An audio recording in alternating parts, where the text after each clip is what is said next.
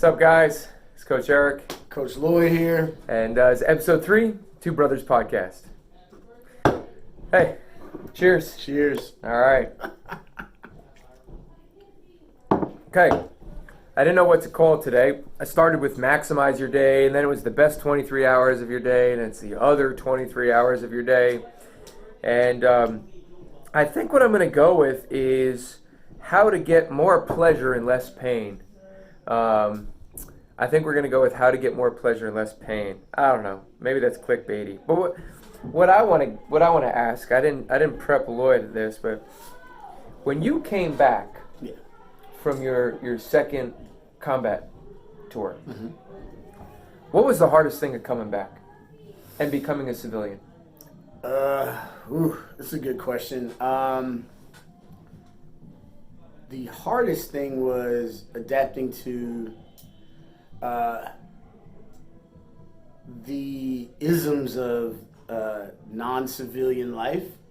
I had a moment where I must have been in line at a Starbucks or something, some coffee shop where you can like get. I don't know if it was a Starbucks, but it was Starbucks-esque. You could get latte, whatever. Sure. And I remember the person in front of me was really upset that their order had gotten botched. Like, there wasn't enough mocha syrup in their drink. They were really pissed, though. Like, what the heck? Can't you people get anything right? And I'm standing behind them like, I just had to get airlifted out of Ramadi at night because in the daytime, there's too many RPGs and they can shoot us down. Like, this isn't a problem. You know, like, what are you so upset about? All they got to do is add a little bit more sugar to your drink. You'll be fine. Relax, you know. And that was a hard adjustment. And I'll say this. You know, it's been 11 years now, going on 12, but I don't think that's a problem. Like, today, I think that's a dumb thing to complain about, right? But when it comes to people's pain, there is a curve of relativity. Your pain is relative to who you are as a person, your experience, but at the same time, like, that's not a problem. Like, people in the world have real problems. Like, relax. Be cool. Yeah. So now, when you experience that problem, Yes. I would imagine that makes you miss or long for the days. I think a lot of civilians are surprised that soldiers or people of war means miss war. Right. And I don't think it's the war they miss. Right. Correct me if I'm wrong, but Yeah. I bet you that made you miss guys that you served alongside of being in that environment. Yeah, So tell me about that. Yeah, so it's like, you definitely, it's not like we're warmongers, right? But like, you know, to that point, like, what do painters do? Painters paint, right? Like, musicians create music, like warriors fight. Do you know what I mean? So like, that's what we do, but it's not like we are thirsting for violence. That's not the case at all, especially, you know, the reason we're fighting for is to keep peace. Like, we have a good understanding of keeping the peace and what that cost is. But in order to toe that line, you have to have a thick skin, and you can't be victim to like the emotional sway of things at all times. Like, you have to keep a steady focus, and that develops that toughness, that mental toughness. And so I'm going to assume then that the majority, obviously not everybody's a curve everywhere, right? Course, But the majority of people you served alongside of had that same ability to maintain that composure and not have that, you know, latte not hot enough. Latte rage. That latte rage. Latte rage. And so there's something powerful about being in an environment where everybody is pointed in the same, like a boat rowing in the same direction, or everybody sharpening their spear. And so what do you think the effect was that had on your success as a human being, as your success as a leader, as a soldier, what did that effect have on your success? Right. So I tell people this often, and you know this, and I'm sure you know our gym community knows this, but so I have several jobs. Sure. Other responsibilities, even outside of the gym. I work at an art school, and working here in the gym. A lot of people, and we do a lot of events. right? Here's just a prime example. We do a lot of events, and when it comes to big events, people involved, as we get closer and closer to the moment of execution, people get nervous and anxiety rises. And in those moments, I think, like, for me, like, I'm like, cool, like, we'll get there. This is happening. Oh no, we ran out of plates. Okay, we'll go get some more plates. Relax. As an artist, a bad day for me is I can't draw a face really well. All right.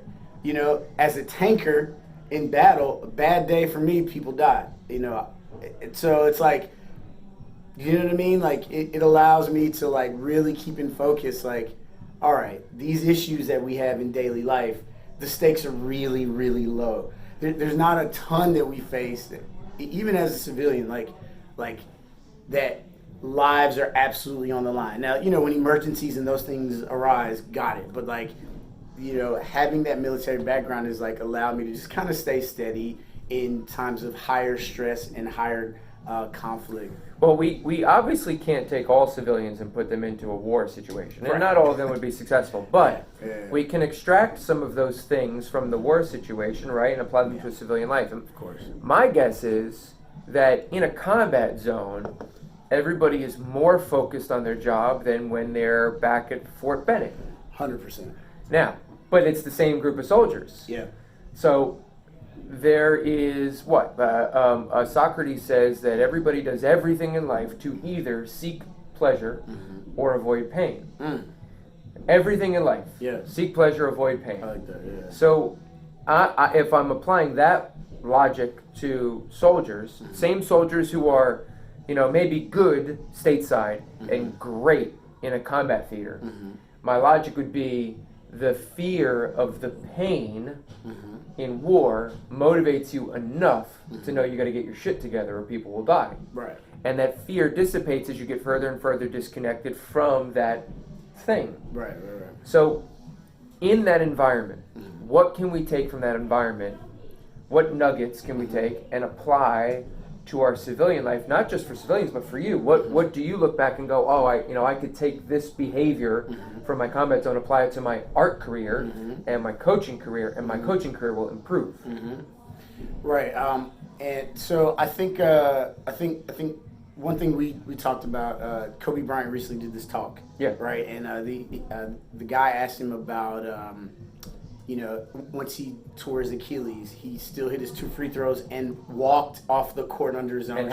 And how did you do that? How did you do that? And with all that pain, everyone knows your Achilles, like, that's it. But he did it. He nailed the free throws and walked off the court. And Kobe uses this story about, if you had a pulled hamstring and then your house caught on fire, you wouldn't care about your hamstring. You'd worry about your wife and kids and getting them to safety. And, like, because the issue itself is more important than your sore hamstring. So, getting to your point, when you're in times of war, the stakes are the highest, right? And so the further away you are from that, the stakes are low, right? So what do? It's about mindset, right? You have to put that sense of urgency, like you're on the front lines, like you're in that combat mode, combat zone, right? And then say, okay, this task is of utmost importance. With the reality of the stakes aren't that high. I know the stakes aren't high, but people are depending on me. My livelihood is dependent upon the success of this venture. Man of my word, all these other things, right? Like, so it's like, how do you go into that mode now, that combat mode of, I will not be deterred from executing this goal. Well, but not everybody is able to do, most people aren't able to do that. And in fact, I would argue that most soldiers aren't able to do that, and that the military does a lot of great things that increase the likelihood of success or cohesion. And so, like, what were some of those things that you saw, that these systems put in place to make sure that soldiers did their job, that, did you guys do workouts together overseas? Of course, yeah. So Esprit de Corps is one of the core things.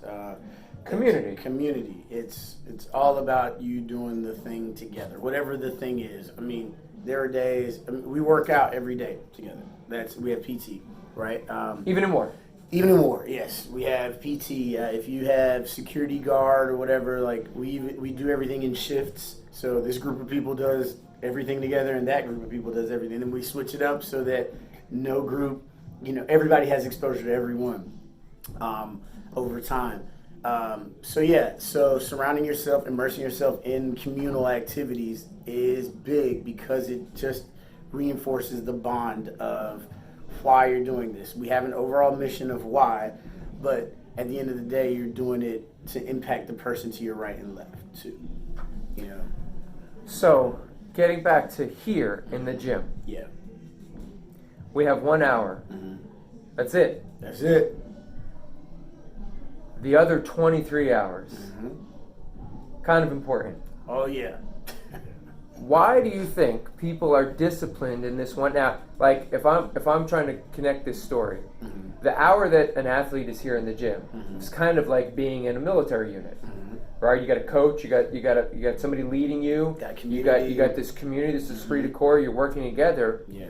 But unlike the military, where you're kind of stuck together, Yeah. right? And you're stuck together more in combat than when you come back home. Yeah. Here, you're here for an hour and then you're gone. And then you go back to your other environment. Mm-hmm. So, can those other 23 hours destroy the effort you do? Absolutely, 100%. I mean, what are the most common destroyers of? Yeah. So of that 1 hour invested into your fitness, your overall health. I mean, there's an infinite list, but things that I've seen just in my own fitness career as a trainer.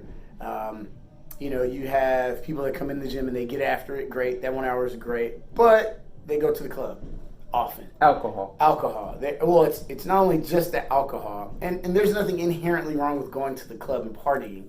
However, you need your rest. So the club happens after midnight. So sleep. So you're missing sleep. You're consuming alcohol, which turns to sugar, even if it's 0 calories. The alcohol itself. Alcohol metabolizes to sugar, just in case you didn't know. Yeah, alcohol turns to sugar. So unless it's alcohol free, you're just drinking water, it's going to do something to your body. And then when you drink, right. You drink, you eat or you smoke too. I know a number of non-smokers who smoke all the time when they drink, because that's what you do. And they drink all the time, so they're not really a non-smoker. Right. So once you start drinking, your inhibitors come down, right? Like it's a social lubricant. We all, great. But also your discipline of, hey, I'm not having bread this month, or I'm staying away from the pasta. Then you walk out of the club and that freaking food truck is there. He's got meat and rice, and you just start, And so I feel like this turns into a cycle, and it's like Austin Powers, which is kind of, I'm a movie quote guy. I'm sure most of you know this. But like when Fat Bastard, if you haven't seen Austin Powers, you should definitely say it. Real character. Excellent character. Fat Bastard says, I eat because I'm lonely. I'm lonely because I eat. Or something to that effect. Like I'm sad because I eat. I eat because I'm sad. And there's so much truth and profoundness in that comedic moment. That's why it's funny. In that, we come here, we work out, and like this isn't everybody, right? We all have different motivations, but I would say the majority of people just want to feel good about themselves. Mm-hmm. And so they come here, they feel good about themselves. Yeah. So that pain of not feeling good is distant. And then as they get further away from this hour, then that reality starts to sink in where they start to feel that pain again, because maybe they don't have that six-pack, or they're not fitting into the size dress that they want, or somebody reminds, whatever. Yeah. And then as they get further and further away, they start to, their negative habits that give them pleasure while they're not here, right? So you eat because that eating relieves your anxiety, or that eating is a habit that makes you feel good, even if it's not really, right? Your brain thinks it feels good. Right. So you're seeking pleasure, so you're eating. But you're doing that to avoid the pain of coming to the acknowledgement that you don't have the results that you want. Yeah. And then the next morning you wake up and you go to the gym to seek pleasure, to avoid the pain of the bad behavior you had the night before, which you were doing to seek pleasure, to avoid the pain of not exercise, and it ends up in this cycle. And so what I think, let me know, tell me what you think, is that the more you surround yourself with people who are on the same path or are of the same ilk or are share the same mindset. mindset, of course. The more likely they are to keep you on track when you begin to fall off. Of course, yeah. So when you go home and you desire to snack, if your wife and your kids don't let you snack or remind you of the need to stay disciplined, it is more likely you'll be disciplined. That it's not all mindset, that there are people there that kind of toe the line for you. Yeah. So what are some things that you do in your 23 hours to keep you on track? You can't always be on track. Definitely not. One of the things that is important, to your exact point, though, is the people you surround yourself with.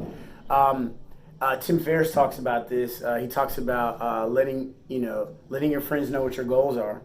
That's a good one. I just posted on Facebook the other day, what are your goals, right? I wanted people to say, what are your goals? Yeah. It's good to write them down. It's good to write them down, but it's good, like, for your coworkers, like, make it public, so that when, that birthday cake comes along, and I say, it's a cardinal sin, that birthday cake, but your coworkers will be like, oh, like, do you eat the birthday cake? I'll keep your thought.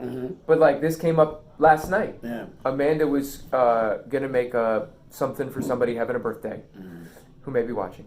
And she was like, oh, I gotta make sure that it's paleo. I gotta make sure that it's this, this, and this.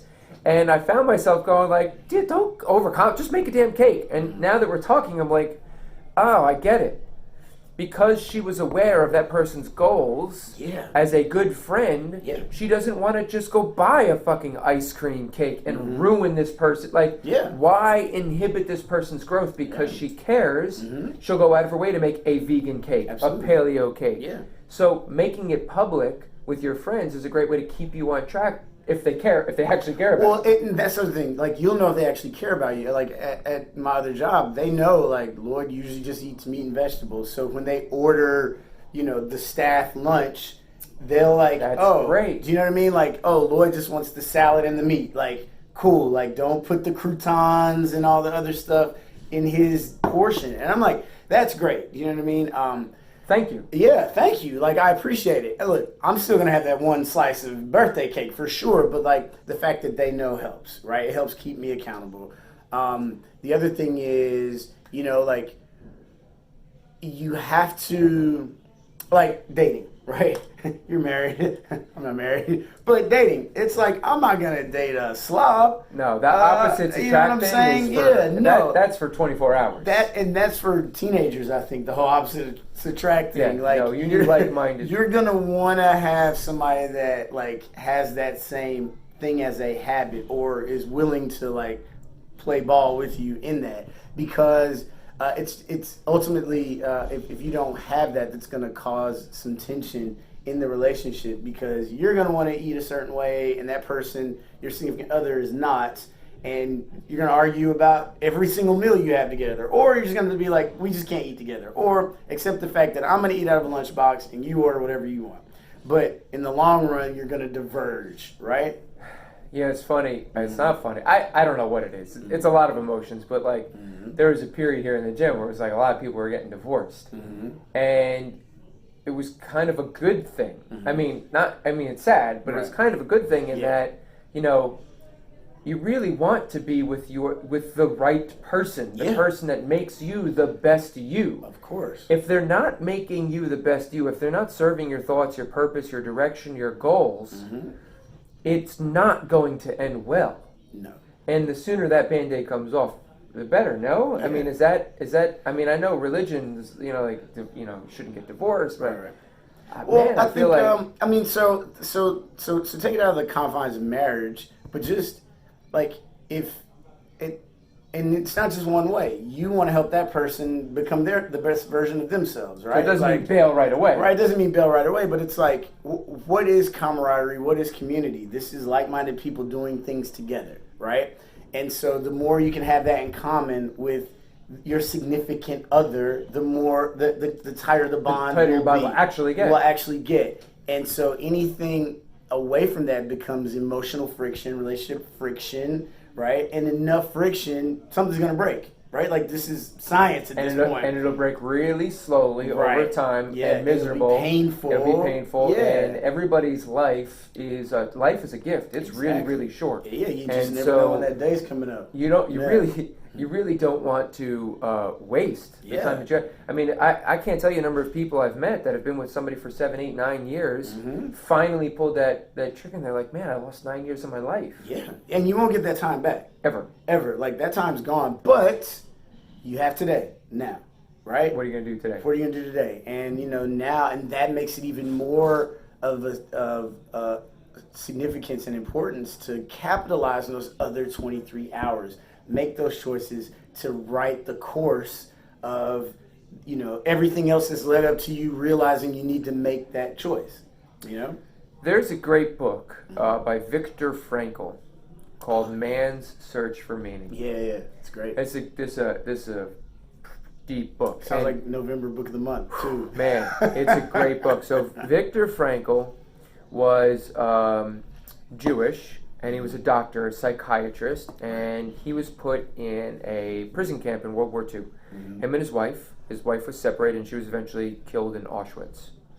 And Viktor Frankl survived, and he wrote a book, Man's Search for Meaning, and it's not about the Holocaust. It's not a Holocaust book. Right. It's about the psychology of purpose. And Viktor Frankl would observe why some prison camp workers or prisoners, why they would survive and why others would die. Now, we're not talking about somebody led to a gas chamber. There's nothing you can do about that. Yeah. We're talking about somebody who was worked, because the Nazis used them to build railways and stuff for the war machine. And why did some survive a long time and why did some die? Right. And he believes it all came down from man's search for meaning, which would be one word: purpose. What is your purpose? Right. And bringing this back to your talking about combat.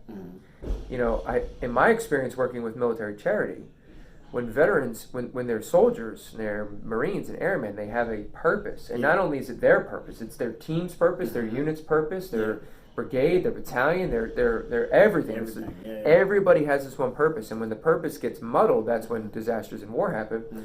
But then they come home, and it's like, what's my purpose? Now, if you were a soldier, there's only a couple of careers. I mean, when I say soldier, if you were somebody whose job was to destroy. Yeah, you're a combat guy. Yeah. There are only so many things you can do when you come back. And it's like, well, what do? I don't want to be a cop. Or I can't become a cop because I'm deaf, or I'm partially blind, or I have PTSD and they won't take me. Right. Well, now what do? Security guard? It seems, I don't mean to demean security guards. It seems demeaning to a guy that fought for democracy. Exactly. Right? Yeah. So they lose purpose. And so, and that's what leads down this terrible road for soldiers. And that leads to the high suicide rate. High suicide rate. Veterans, yeah. For sure. So translating that to civilians, right, as coaches, yeah. And then bringing it back to the seek pleasure or avoid pain, we often don't make changes if the pain's not great enough. And that's one motivator, right? So, hey, the doctor says you're going to go on diabetes medication. You're going to die of heart failure if you don't, your daughter says, Tony Robbins tells the story, hey, Dad, I really want you to walk me down the aisle when I get married. And he tells the story of a guy that his 9-year-old daughter came up to him and was crying. And he was like, why are you crying? And she was like, Daddy, because you're smoking and you're going to die. And I want you to walk me down the aisle. And the guy was like, that was enough pain for him to quit smoking. Boom. Right? Yeah. But the pain of smoking and knowing cancer might happen in the future wasn't enough. So avoiding pain is one way, but pleasure, how do we get that pleasure? For a soldier, I think it's finding purpose, but I think for civilians, it's finding that purpose too. What is that purpose? Is it to be a good, role model for your kids? Right. If you don't have kids, what purpose can you find in fitness? Oh, I mean, there's tons. And I'll add to the whole purpose for a soldier thing. It's not only having a purpose, but when you have a mission and you execute that mission, I mean this in a very literal sense, you see the impact of your work. Like, you see the change. Something was one way, you came in and executed your mission, now it is different. You see the change. Harder to see fitness sometimes. Well, in a sense, right? Like, you can feel it before you see it. right? Like For you, sure. you feel better, and then you start to see things like your clothes fitting a little bit differently. And you may not see the number on the scale change immediately. If you stick around long enough, you will. You'll start to see the impact. And humans, we're wired like we're visual creatures, right? We need to see certain things. We're also emotional creatures. We need to feel a certain way about it. So finding that purpose, right? Like, and seeing your impact on a thing, right? Like, once you see the impact, you're like, oh. And it's like momentum going down. Yeah, and you're like, oh, you get those light bulb moments like, oh, okay, like, I thought it was going to take, 4 weeks, but it took 6. And then in week 6, like, oh, okay. Now it's like, now you get that feeling, you get the visual, boom. You can continue to go at it. And then you can even, the advantage you have now is like you can even assess, like, oh, what could I have done differently?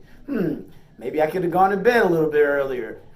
So what do we have? We have a mission order that comes down from the top. Yeah. All right. So if for a civilian, you got to give that to yourself. Yes. What's my mission order? What's my directive? What is my hill that I have to take? What right. Are we trying to accomplish? So right, what are the lessons I want to give you when you guys leave this video? Right. What is it that you want to accomplish? Yeah. So not only write your goal down, but make it public so that your friends and the people that actually care about you can help keep you on track. Absolutely. Okay. Yeah. And then soldiers do what for that mission? They train for that. Train mission. for it. And they train together with like-minded people. So we got to surround yourself with like-minded people. Okay. Across the board. And then each training evolution and each mission is micro missions, right? Like take this bridge, take this city, take this, right? Okay. Cross that line. Right? So set your goals for yourself, and maybe it's like get into this dress you haven't worn in a while, or deadlift your body weight, right? And that's like your first goal, and your next goal is it's like 3 goals away is like a 6-pack or a pull-up or a handstand. So when you work towards that goal, debrief and after action. Get together with people and talk about what could I have done better. Yes. Now, this is really hard for civilians. I think for soldiers it's not hard because it's forced upon them. Yeah. You must sit in a room. You must air out your complaints. Yeah. And if you got soft skin, it's going to get thicker. It will. Or you'll be out. Yeah. So I think this is one of the issues I see with civilians is they don't want to acknowledge their faults and work on ways to improve them. It's uncomfortable to have somebody air that out. This is difficult. I'll admit. I come from a family. So you're talking like my environment being raised. Like we address problems.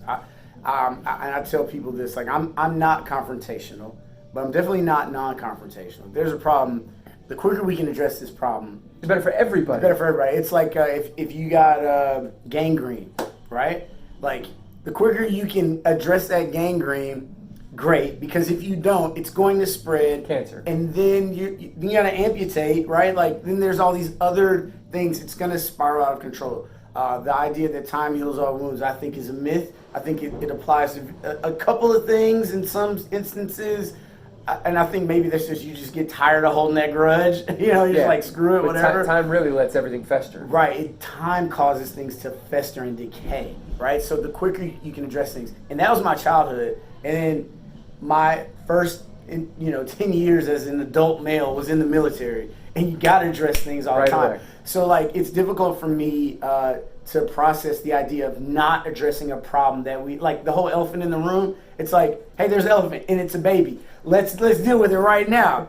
That's not normal. So this I read. I can't remember which book I read this in. There's a lot of them, but one of the quotes, and I believe it was from the SEALs, was "Kill the elephant before it grows." Right, and you got it. I mean, that makes perfect sense because when that thing gets big, it's got a better chance of killing you and everybody else before you can kill it. So humility. And by the way, this month's book, depending on when you watch this, is October 2019. This month's staff book is "Ego is the Enemy." Because ego is the enemy. Yeah. I mean, ego just destroys. Yeah. So, all right, get your mission. Yeah. Right? Yeah. Make it public so you can get support from people that are like-minded. Find like-minded people. Like-minded, yeah. Work on that mission, and when you start working towards that mission, every time you move forward or backward, have some sort of after-action debrief. Yeah. Talk about it, discuss it, get help, and have them speak candidly to you. Well, and I would say this. Look at it like this. You're searching for ways to improve your execution. And that's mindset. That's mindset. So you're looking for ways, how can I do this better? Right? That's not to say the way I did it was shitty. It might have been, but that's okay because you're still doing it.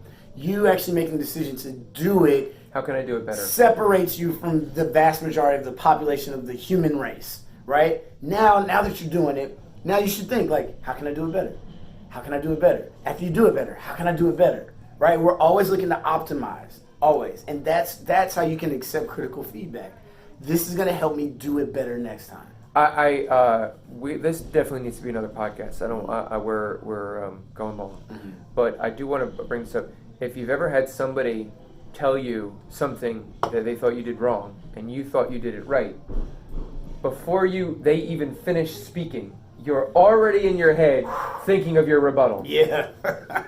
So I'm gonna leave you guys with this, right? We did a drill and we're gonna keep doing it, which is where you go around the room and somebody says something that they think you could have done better, and your only response that you're allowed is thank you, or can you please clarify? Yep. You cannot say anything else. You cannot give a reason. You cannot give an excuse. So, well, I did it because of... No. Thank you, or please clarify. That's it. I'll leave you with this. Try that. So, what do we got? Goal. Make it public. Get support. Yeah. Work towards it and have an after action with the goal of making yourself better. Yeah. Absolutely. And try to do this in all 24 hours of your life with everything that you do. 100%. And either seek pleasure in those things that you do, right? Like sleep. Like sleep more hours because it's freaking great. It's awesome. Or avoid pain when you show up late and you get chastised or your pay docked at work, or if you drink alcohol and your results of your effort at your gym are diminished. Identify that pain or identify that pleasure and work towards one or away from other. Absolutely. So I think another day we'll talk about humility and ego, but we'll wrap it up here. Any final thoughts? No, listen, we're all on this path, and the cool thing about this podcast and the people listening is you wouldn't be listening to it unless you're on a certain path, right? And what we're seeking, all of us, is optimization, right? Like we got goals, and then our goals have goals, right? And so we're always going to be chasing this thing, and the growth is in the pursuit, right? And so the growth is in the pursuit. That's where it is. That's where it happens. You'll hit your benchmarks and your high moments, but the growth is in the pursuit. So we just got to keep chipping away. Growth is in the pursuit. Keep chipping away. That's it, guys. We're out. Peace.